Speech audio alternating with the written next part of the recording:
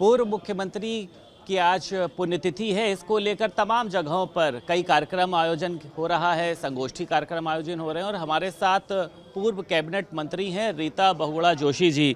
Ma'am, आज कई जगहों पर संगोष्ठी का कार्यक्रम भी आयोजित हो रहा है और हर कोई जानता है कि देश की सेवा और उसी के साथ साथ पहाड़ों की जो चिंता है वो इनको हमेशा से सताती रही थी। आप आज इनको किस तरीके से याद करती हैं? देखिए बहुगुणा जी, मेरे पिता तो अवश्य थे, पर आदर्श पुरुष भी थे हमारे लिए पिता के रूप में, परंतु राष्ट्रभक्ति उनके कूट कूट के भरी हुई थी। उन्होंने कभी अपने परिवार सिर्फ पत्नी बच्चों तक ही सीमित नहीं रखा। उनको पूरे समाज की चिंता होती थी और उत्तराखंड और उत्तर प्रदेश से पहले एक ही राज्य था, तो हर तरफ डेवलपमेंट।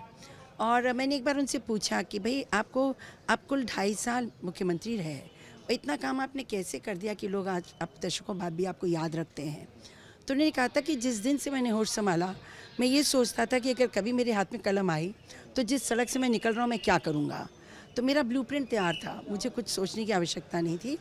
तो उनकी लोकप्रियता वास्तव में पूछिए, मानवता के प्रति उनका रुझान, लोगों के संघर्षशील श्रमिकों के लिए समाजवाद के प्रति जो उनकी लेफ्टिस्ट आइडियोलॉजी थी, सोशलिस्ट आइडियोलॉजी वो, और एक स्वतंत्रता आंदोलन से निकले हुए व्यक्ति के संदर्भ में और क्या कहा जा सकता है। यही है कि हमें बहुत गर्व है कि उत्तर प्रदेश और भारत में एक ऐसे छोटे से गांव से निकला हुआ व्यक्ति था जिसने इतना ज़बरदस्त काम राष्ट्र के लिए किया, और हमारे पिता थे। इससे गर्व की बात और क्या हो सकती है। भाजपा विधायक नीरज बोरा भी हमारे साथ मौजूद हैं। जिस तरीके से रीता जी ने बताया कि जीते जाते हुए इंसान को याद करना आसान होता है, लेकिन इतने दशकों बाद भी अगर हम इंसान को याद कर रहे हैं तो ज़रूर उसमें कोई बात रही होगी।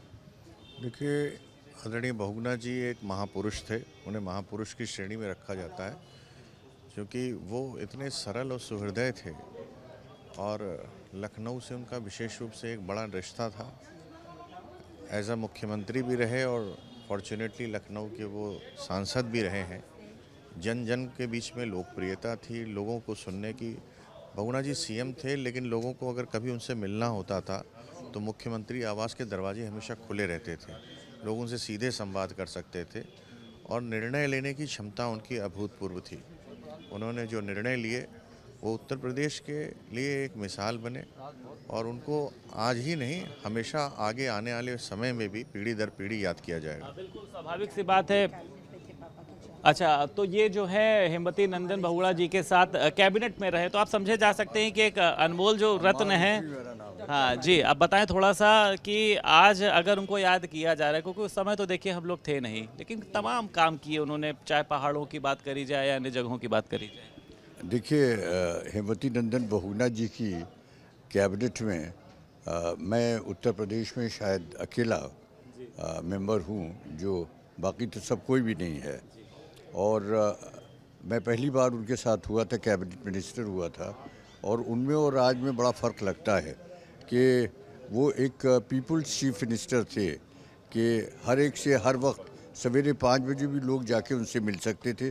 जब वो अपने यहाँ 5 कालीदास मार्ग पे बैठ के शेव करते थे, लोगों से मिलते थे, और उनका एक नौकर था हुजूर, वो सबको चाय पिलाता था, और कोई भी व्यक्ति उनसे फ़ोन से बात कर सकता था। और चूँकि वो ट्रेड यूनियन से जुड़े हुए थे, ज़मीन के नेता थे, इसलिए उत्तर प्रदेश के ज़्यादातर राजनीतिक लोगों को जानते थे। सबसे बड़ी क्वालिटी उनकी ये थी कि एक तो कभी उन्होंने राजनीति में कोई फ़र्क नहीं समझा, कोई भी जो काम के लिए आया उसका काम किया। दूसरी बात ये थी कि फैसला फ़ौरन करते थे। एक अगर हम लोग फाइल भेजते थे रात को, तो सवेरे उनसे हाथ पे लिखी हुई आ जाती थी।